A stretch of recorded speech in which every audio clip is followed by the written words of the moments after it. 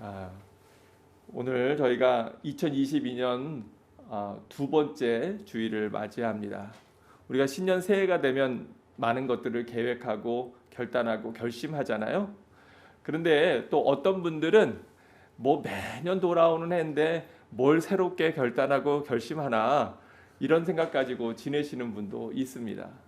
사실 시간의 차이라고 하는 거지 2021년과 2022년이 여러분 다릅니까? 네. 네, 아멘. 네, 맞아요. 많이 다른데 어떤 사람들은 그게 별로 뭐 실감하지 못하거나 크게 느끼지 못할 수 있어요. 그 사람이 정한 건데 뭐 어제가 오늘이고 오늘이 내일이고 다 그날이 그날이지 이렇게 생각할 수도 있습니다. 근데 사실은 이렇게 우리에게 새로움이 돌아온다고 하는 것이 귀한 은혜인 것 같아요. 그래서 오늘 말씀의 초점은 여러분이 하나님 앞에 올 한 해 바라보고 뛰어야 될, 달려야 될 어떤 표대를 설정하고 계신가? 그렇다면 그 표대와 그 설정은 주님 안에 있는 것인가에 대해서 함께 은혜를 나누어 보려고 합니다.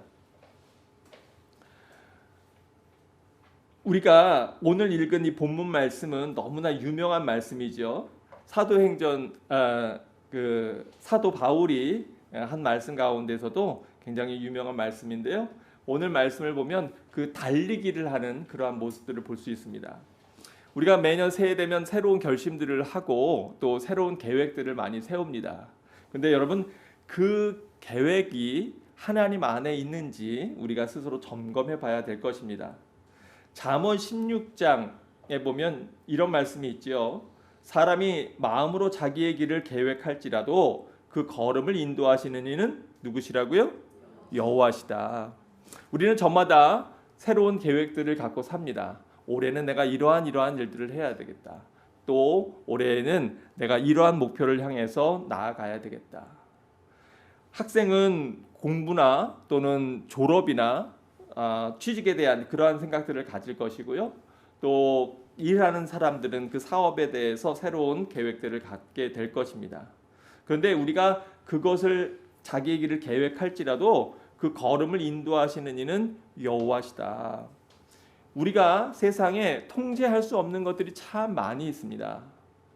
우리가 통제할 수 없는 것들을 붙잡고 씨름하느라고 내가 해야 될 일들을 하지 못하는 어리석은 사람이 되지 않아야 될 것이고요. 그러나 또 내가 할 수 있는 것들에 대해서는 최선을 다해서 감당하는 지혜를 하나님이 주셔야 될 것입니다.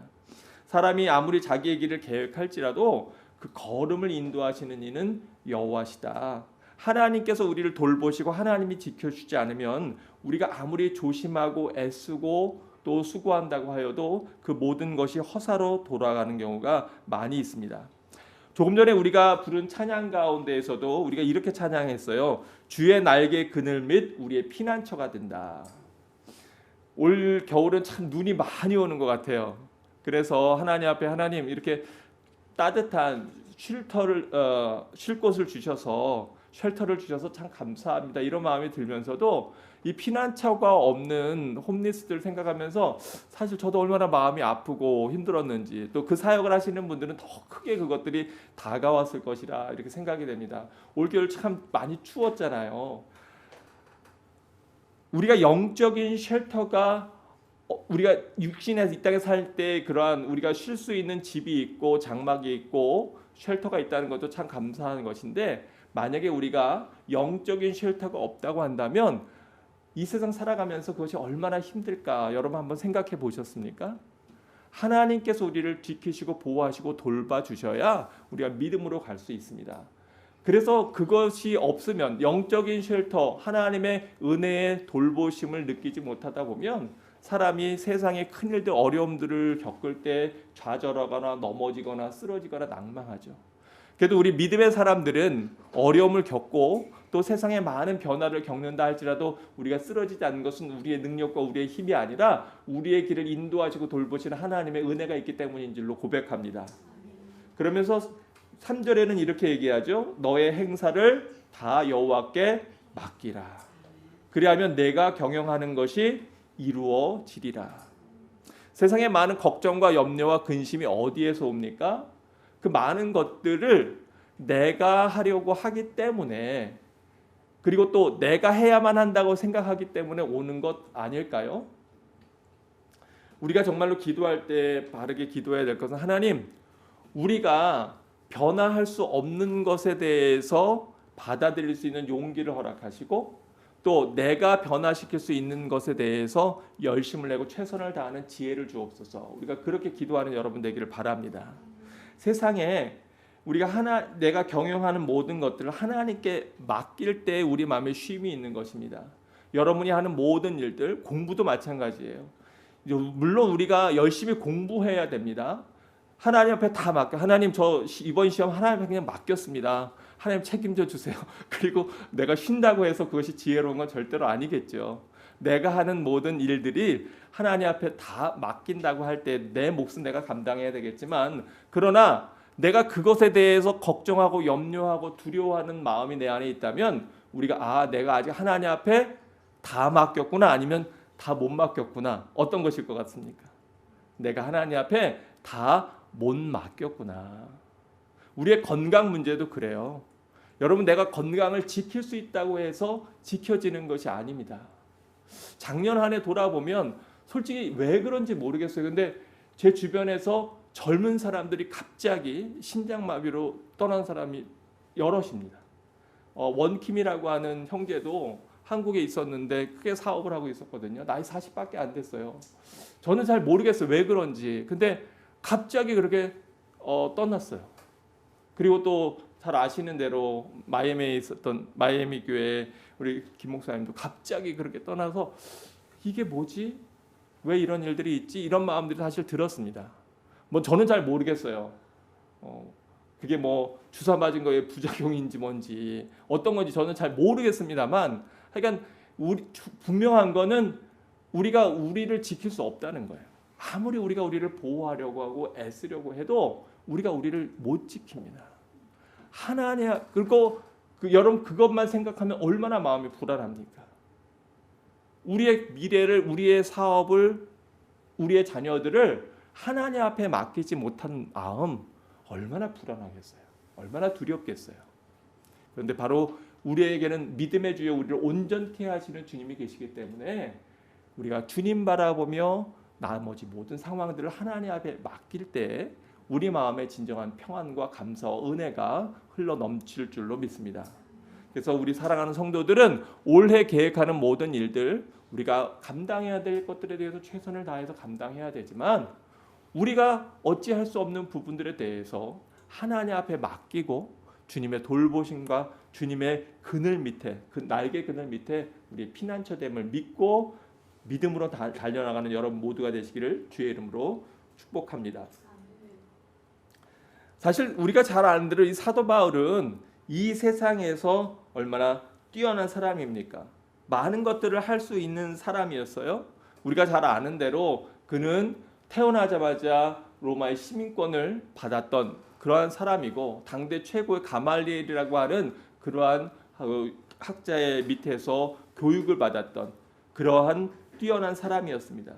그런데 그가 정말로 중요한 것들, 정말로 소중한 것들을 바라보니까 나머지 것들은 다 나에게 큰 도움이 되지 않는구나라고 오늘 우리가 읽은 이 빌립보서 바로 앞에서 보면 그가 이렇게 고백하고 있어요. 빌립보서 3장 7절부터 9절에 보면 다음과 같이 사도 바울은 고백합니다.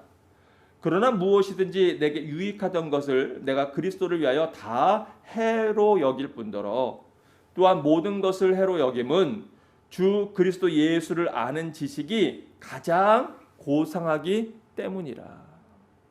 내가 예수 그리스도가 어떤 분이신지 누구신지를 아는 그 지식보다 더 큰 지식이 없더라. 더 뛰어난 것이 없더라. 그래서 제가 그러잖아요. 세상 공부는 많이 했는데 하나님에 대해서 잘 알지 못하는 분들, 조금 거친 표현으로 헛똑똑이다.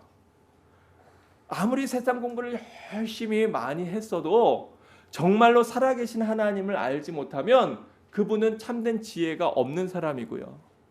시골에서 많이 공부하지 못하고 또 많이 배우지 못했어도 하나님이 누구신지 또 예수 그리스도가 누구신지를 분명히 아는 사람들은 가장 지혜로운 사람들이라 저는 그렇게 고백하고 싶습니다.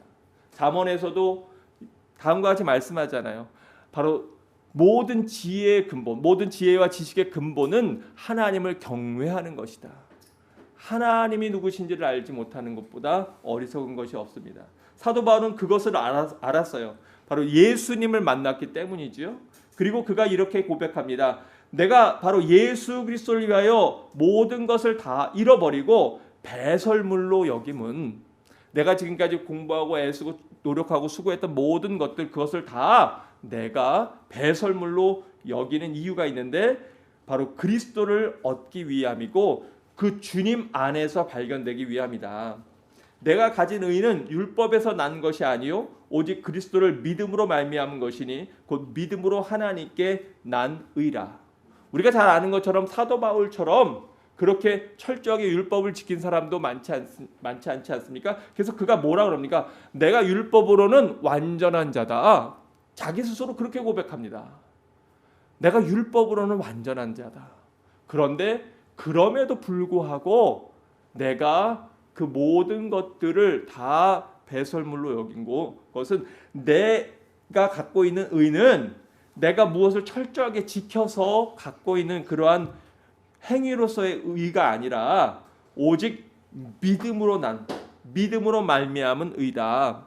우리가 하나님 앞에서 의롭다고 칭함을 받는 이유, 구원을 받는 이유는 하나님을 우리가 믿고 예수 그리스도께서 나의 죄를 다 씻겨주시고 나의 구주심을 믿는 바로 그 믿음으로 우리가 구원을 얻는 것이라고 하는 것을 오늘 본문에서 분명하게 이야기하고 있습니다. 우리가 믿음으로 살아가면서 우리 신앙생활에서 우리는 십자가를 바라봅니다. 그런데 여러분, 우리가 하나 더 알아야 될 것은 십자가는 그리스도인의 목적이 아니라고 하는 사실입니다. 우리가 열심히 헌신하고 예수 그리스도를 본받아서 날마다 자기 십자가를 지고 가는 것이 맞습니다. 그런데 우리 그리스도인의 최종적인 목표 지점은 바로 단순히 십자가가 아니라 그 십자가를 넘어서는 것입니다. 무슨 얘기냐면 기독교는 죽음으로 끝나는 종교가 아니고요, 바로 우리 안에 새로운 부활이라고 하는 소망이 우리 앞에 놓여져 있다고 하는 사실입니다. 그래서 우리가 3장 10절에 보면 이렇게 이야기하고 있죠. 내가 그리스도와 그 부활의 권능과 그 고난에 참여함을 알고자 하여 그의 죽으심을 본받아 어떻게 해서든지 죽은 자 가운데서 부활에 이르려 하노니. 우리가 십자가를 넘어서야 된다 그랬는데, 여러분, 십자가를 넘어서서 부활에 이르기까지는 그 전에 단계가 있어요. 우리가 부활하려면 그 전에 어떻게 해야 됩니까? 맞아요. 죽어야 됩니다. 죽지 않고 부활할 수가 없어요. 세상에서 제일 안타까운 사람들이 누구냐면 삶의 많은 고난과 고통을 겪으면서도 자기의 의가 죽지 않는 사람들이에요. 자기의 성질이 죽지 않는 사람들이에요. 자기의 감정이 죽지 않는 사람들이에요. 이게 얼마나 안타깝습니까? 고생은 고생대로 했는데 그런데 여전히 나는 내 안에서 펄떡펄떡 살아있어. 세상에서는 그렇게 혈기 있고 또 자기 의로, 자기 결단으로, 자기 힘으로 열심히 달려나가는 사람들이 세상적인 성공을 거둘지는 모르지만, 그러나 사실은 신앙 안에서는 그것은 너무나 참으로 안타까운 사실입니다. 갈라디아서 2장 20절에서 뭐라고 고백합니까? 내가 그리스도 안에서 십자가에 못 박혔노니 이제 내가 사는 것은 내가 사는 것이 아니라 내 안에서 누가 사시는 거예요? 그리스도께서 사시는 거예요. 여러분, 인생에 정말로 진정한 평안과 감사와 행복을 원하십니까? 그러면 여러분이 죽으셔야 돼요. 여러분이 죽으셔야 돼요. 여러분의 심령이 죽지 않으면 우리는 아내나 남편이나 가족의 한마디에 우리 자존심이 상합니다.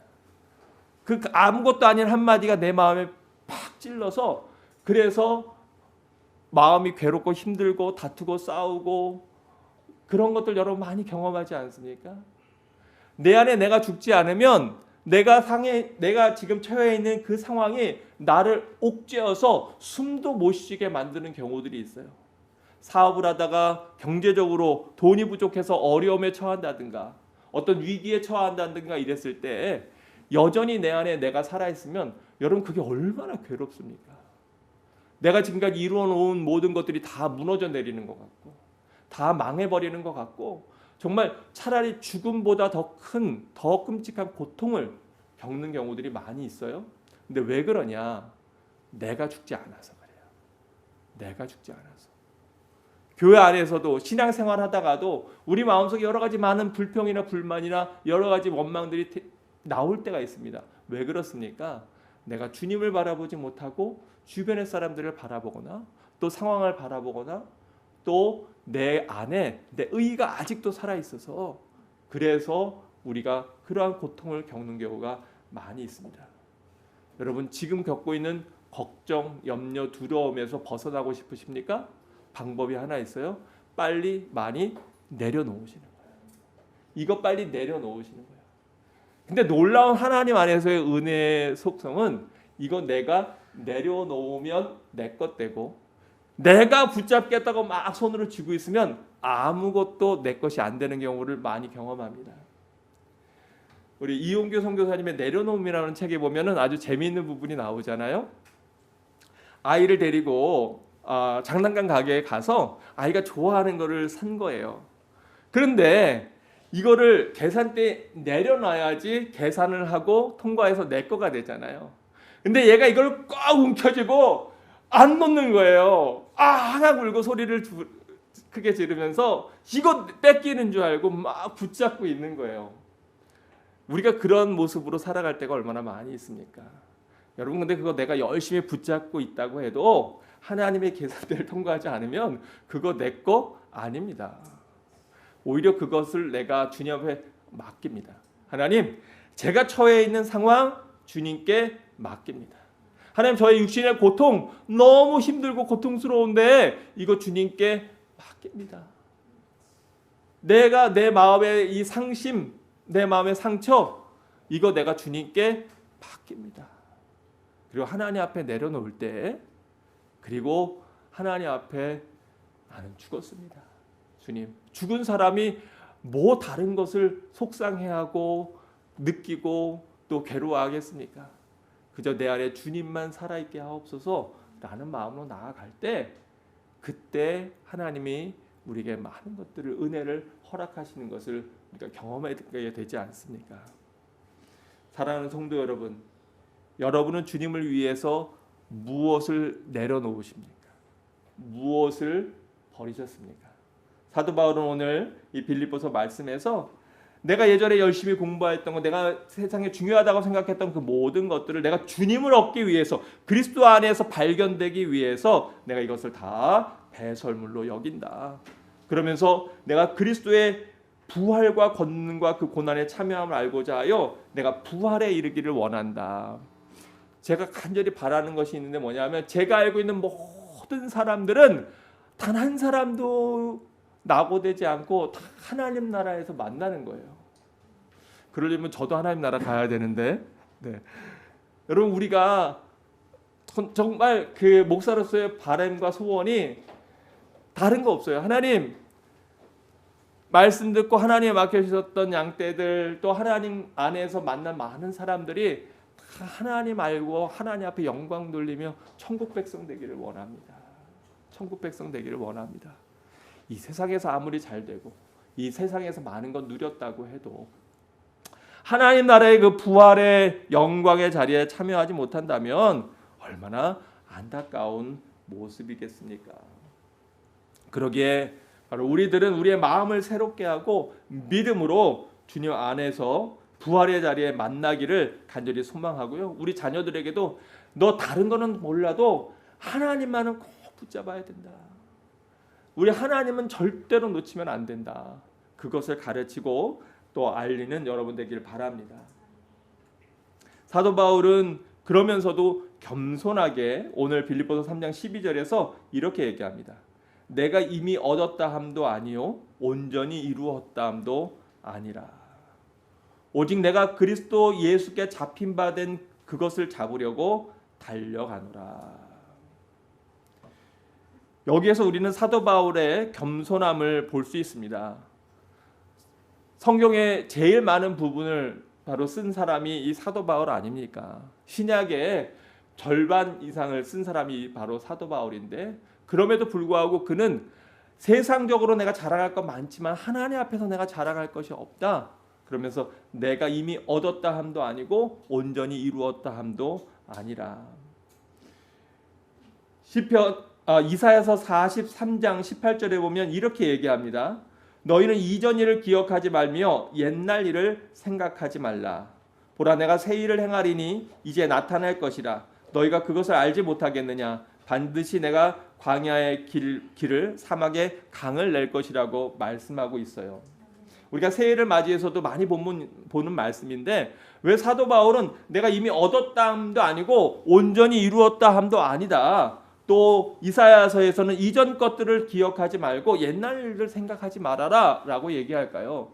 왜 새 시간이 우리에게 소중합니까? 여러분, 이게 두 가지 측면이 있어요. 과거에 대해서 어떤 사람은 과거에 발목 잡혀서 미래로 나아가지 못하는 사람이 있습니다. 어쩌면 여러분 주변에도 그런 사람들이 있을 거예요. 과거에 큰 상처가 있어서, 마음의 아픔과 고통이 있어서 새로운 시도나 새로운 전진을 하는데 두려워하거나 또 거기로 나아가는 것을 싫어하는 경우들이 있습니다. 또 상처받을까 봐, 또 아플까 봐, 또 다칠까 봐, 또는 자기 자신에 대해서 자포자기해서 나는 뭘 해도 안 돼, 어쩔 수 없어 라고 포기하는 경우들이 있어요. 여러분, 우리가 과거에 잡혀서 미래를, 오늘을 살아가지 못하는 안타까운 일들이 없기를 주의 이름으로 축원합니다. 그런가 하면 또 한편 우리는 새해를 맞이하면서 잘못하면 안주하는 마음을 가질 수 있습니다. 내가 과거에 열심히 했잖아. 내가 과거에 많이 쌓아놨잖아. 내가 과거에 참 많이 수고했잖아. 이 정도면 됐지 라고 생각하면서, 그러면서 이제는 주님 앞에 내가 열심을 낼 것을 생각하면 좋은데, 그것이 아니라 그냥 거기에 안주해서 새로운 목표나 새로운 설정을 하지 않고, 그리고 그냥 어제가 오늘이고 오늘이 내일이고 그냥 그렇게 시간을 보내고 있다면 이것도 합당한 모습은 아닐 것입니다. 사도 바울은 바로 이 본문을 얘기하면서 12절을 얘기하면서 이것을 현재 진행형으로 쓰고 있는 거예요. 내가 이미 얻었다 함도 아니고 온전히 이루었다 함도 아니다. 오직 내가 그리스도 예수께 잡힌 바 된 그것을 잡으려고 달려간다. 그러면서 13절에 이렇게 얘기합니다.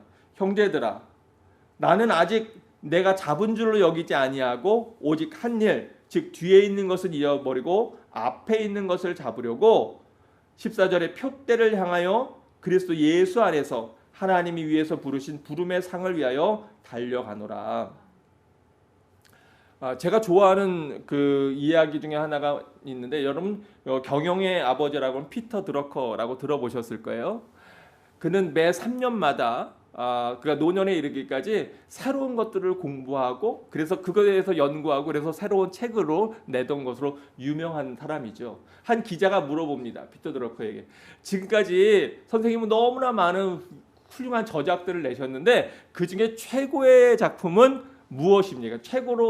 제일 선생님이 손꼽을 수 있는 책은 무엇입니까? 그랬더니 그는 이렇게 얘기했습니다. 제 최고의 책은 요 다음에 낼 책입니다. 여러분, 우리의 삶에서 바로 우리가 그런 마음을 갖고 살기를 바랍니다. 전에 내가 많은 것을 이루었든지 또는 전에 어떤 실패를 경험했든지, 저는 여러분이 2022년 올 한 해가 나에게 최고의 해가 될 거다. 하나님이 나에게 은혜를 부어주실 거고 나와 함께 하실 것이다 라고 하는 마음 가지고 우리 예수 그리스도를 향해서 달려나가는 여러분들 되기를 원합니다. 혹시 여러분 가운데 용기를 잃어버리신 분이 있습니까? 작년 한 해가 너무 힘들어가지고 어려웠던 분이 있습니까? 여러분, 이전 것은 지나갔습니다. 그것은 잊어버리고 이제 주님을 바라보며 표대를 향해서 달려가는데, 바로 2022년이 여러분 인생의 최고의 해가 될 줄로 믿고 선포합니다. 이 믿음을 가지고 여러분 달려나가시길 바랍니다. 근데 우리가 달려나갈 때 분명한 목표 지점이 있어야 돼요. 그래서 오늘 3장 14절에 보니까 표대를 향하여 라고 이야기합니다. 여러분이 달려나간다고 하지만 앞에 목표 지점이 없이 뛴다 그러면 그것이 얼마나 똑바로 갈 수가 있겠습니까? 여러분이 눈길을 걸을 때 길을 똑바로 갈 수 있는 건 목표 지점이 있으면 길을 똑바로 갈 수 있습니다. 그리고 그것을 바라보면서 여러분 눈길을 걸으면 뒤를 돌아보면 여러분의 발걸음이 그래도 나름 똑바를 것입니다. 그런데 그러지 않고 여러분이 방향 없이 그냥 눈길을 걷고서 뒤돌아본다면 그 길은 많이 삐뚤빼뚤 휘어져 있겠죠. 고린도전서 9장 26절에 사도 바울은 이렇게 얘기합니다. 그러므로 나는 다름질하기를 향방 없는 것 같이 아니하고 싸우기를 허공을 치는 것 같이 아니하였다. 그의 인생을 돌아보면 그가 예수 그리스도를 다메섹 도상에서 만난 이후 오직 하나 예수 그리스도의 복음을 증거하고 전하기 위하여 그 표대를 바라보고 그가 최선을 다해서 달려왔던 것을 볼 수가 있지 않습니까?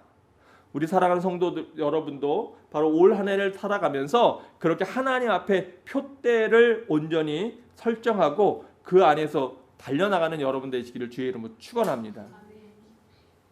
여러분, 우리가 표대를 향하여 달려나간다고 할 때 여러분에게 무조건 다 여러분이 하는 일들 다 뒤로 하고 그리고 내가 예수 그리스도 안에서 복음 전파로 최선을 다해야 되겠다, 내가 이런 것만을 얘기하는 것은 아닙니다. 사실은 우리가 주의해야 될 것이 있는데요, 우리는 거룩한 일을 하면서도 얼마든지 세속적일 수도 있고요, 또 우리가 세상의 일들을 하면서도 얼마든지 거룩할 수 있습니다. 제가 참 감동적인 얘기를 하나 들었는데, 요즘에 눈이 많이 오잖아요. 그러니까 교회들마다 이렇게 눈을 치우는 일이 큰 일이에요. 근데 어느 작은 교회가 있었는데 거기도 어느 장소를 빌려서 이렇게 예배를 드렸다 그럽니다. 근데 목사님이 그 눈 치우는 게 걱정이 되는 거예요. 야, 이거를 해야 될 텐데 어떻게 해야 되나. 그리고 있다가 주일날 일찍 와서 눈을 치우려고 보니까 말끔하게 깨끗해져 있는 거예요. 이거 웬일이지? 알고 보니까 어떤 교회 젊은이가 와서 그걸 다 싹 치워버린 거예요. 그래서 그 다음 주에도 근데 또 눈이 많이 왔어요. 그래서 이거 어떻게 해야 되나 그러다가 그 목사님이 허리가 별로 안 좋은데도 눈을 치우러 토요일날 갔답니다. 그래서 열심히 토요일날 이걸 눈을 치우는데 한계에서 못하는 거예요. 도저히 못하겠다. 아들이 하나 있는데 아들은 또 일을 하거든요. 그래서 주일날 아침 일찍 아들 데리고 와서 치워야 되겠다, 이렇게 하고 이제 집에 갔답니다. 다음날 아침에 왔더니 벌써 또 어떤 젊은이가 그걸 싹 치워놓은 거예요. 근데 저희 그 얘기를 들으면서 이 사람은 그날 예배 다 드렸다. 아멘. 무슨 얘기냐면 이거 듣느라고 너무 힘들어서 예배를 다 드렸다. 나 이제 지쳐서 예배 못 드리겠어, 이 얘기가 아니고 왜 그 분이 그렇게 눈을 열심히 치웠을까요? 성도들이 와서 예배를 드려야 되는데, 이 주차할 수 있는 공간이 있어야 되는데 목사님 허리도 보안이 현찮은 것 같고, 하나님 앞에 그 한 삽 한 삽을 뜰 때 저는 그분이 예배하는 마음으로 떴다고 생각해요. 그거 하나 하나 뜨면서 예배를 준비하는 마음으로, 하나님을 경배하는 마음으로, 어떻게 보면 별거 아닌 일이지만, 눈 치우는 일이었지만 그것이 하나님 보시기에는 그 어떤 예배보다도 소중한 예배가 됐을 것이라 저는 믿습니다. 우리가 생업을 다 버리고 하나님 일만을 한다고 얘기할 수 없잖아요. 그런데 우리는 그 안에서도 얼마든지 주님 안에서 발견되고자 한다 그랬는데, 우리는 내가 맡은 그 일에서도 얼마든지 주님 안에 발견될 수 있습니다. 여러분이 맡고 있는 어떤 일들을 할 때 그 목표가 정말로 하나님을 기쁘시게 하기 위함이라면, 그러면 얼마든지 여러분들이 그 하는 모든 일들이 주님 안에 있을 수 있다고 하는 거예요. 여러분이 가게에서 물건을 파는 일을 한다고 할지라도 그 대하는 손님들 한 사람 한 사람을 정말로 그리스도의 마음으로 대하고, 내가 이 물건을 주는 것이 이 사람에게 내가 축복하고, 하나님 이 사람도 주님 만나기 원합니다, 하나님 이 사람도 주님 알기를 원합니다, 이러한 마음으로 그것을 나눈다면, 그것을 전해준다면 그것이 하나님 앞에서 거룩한 일입니다. 여러분이 청소를 하든 밥을 짓든 여러분이 무엇을 하든 그 안에서 주님 바라보며 한다면 여러분 그것이 얼마나 귀중하고 소중한 일이 되겠습니까? 여러분들이 밥을 뜨는 그 주걱을 뜨면서도 하나님 이 밥을 뜹니다. 이것 먹고 우리 가족들이 정말로 주님 앞에서 건강하고 믿음으로 살기를 바랍니다 라고 생각하고, 또 여러분이 그 밥을 뜨면서 홈리스를 생각하고 기억하고 그들을 축복한다면 여러분이 밥 뜨는 그 밥 푸는 것은 거룩한 일이 될 수 있습니다. 사랑하는 성도 여러분, 저는 여러분이 올 한해 어떠한 계획과 어떠한 목표를 세우는지 잘 알지 못합니다. 그런데 중요한 것은 오늘 말씀처럼 내가 표대를 향하여 그리스도 예수 안에서 하나님이 위해서 부르신 부름의 상을 위하여 달려가는 것, 바로 그 표대가 주님 안에 있는 것이 되기를 주의 이름으로 축원합니다. 그때 여러분은 2022년 여러분이 어떤 일을 하든 가장 최고의 한 해를 보낼 수 있을 것입니다. 사랑하는 성도 여러분, 예배는 우리가 주일을 예배 요 한 시간으로 끝나는 것이 아니고요. 우리가 이 모여서 드리는 예배가 끝나면 여러분의 삶의 예배가 시작됩니다. 여러분 그 삶의 예배 가운데 어떠한 마음으로 살기를 원하십니까? 이번 한 주간 여러분은 어떤 표대를 설정하고 달려나가시겠습니까? 그 모든 표대들이 주님 안에 있을 때에 우리가 하나님 앞에 온전한 영광 돌리는 삶이, 또 의미로 충만한 우리의 인생이 될 것입니다. 이것을 마음에 새기고 올 한 해 표대를 향하여 믿음으로 열심으로 달려나가는 여러분 모두가 되시기를 주의 이름으로 축원합니다. 우리 이 시간 눈을 감고 하나님 앞에 기도하는 시간 갖기 원하는데요. 혹시 올 한 해 여러분이 달려나가야 될 표대를 아직 설정하지 않았다면, 하나님, 제가 마음이 너무 해이해졌었나 봅니다. 새로운 목표를 설정하고 우리 주님을 표대로 향하여 달려나가게 하옵소서. 또 여러분 심령 안에 과거의 일들로 여러분이 낙심하고 있다면, 하나님 제 안에 아직 주님께 맡기지 못한 것이 있군요. 온전히 그것을 주님께 맡기고 새 마음으로 달려나가게 하옵소서. 또 과거에 안주하는 그러한 마음이 있다면, 하나님, 제가 과거의 것들을 바라보며 흡족해하는 사람이 아니라 하나님 앞에 늘 타는 목마름으로 사슴이 시냇물을 찾듯이 주님의 은혜를 구하고 주님의 은총을 구하며 믿음으로 나아가는 올 한 해 되게 하옵소서. 이런 마음 가지고 우리가 함께 하나님 앞에 기도하는 시간 갖겠습니다. 함께 기도하겠습니다. 사랑의 아버지 하나님, 오늘도 주님 앞에 나와 예배드립니다. 말씀을 듣고 우리가 사도 바울이 향방 없는 것 같이 아니하고 허공을 치는 것 같이 아니하며 표대를 향하여 예수 그리스도 아래에서 부름의 상을 위하여 달려나간다고 했는데, 우리도 하나님께서 우리에게 주실 그 거룩하고 아름다운 상을 보며 믿음으로 달려나가게 하여 주옵소서.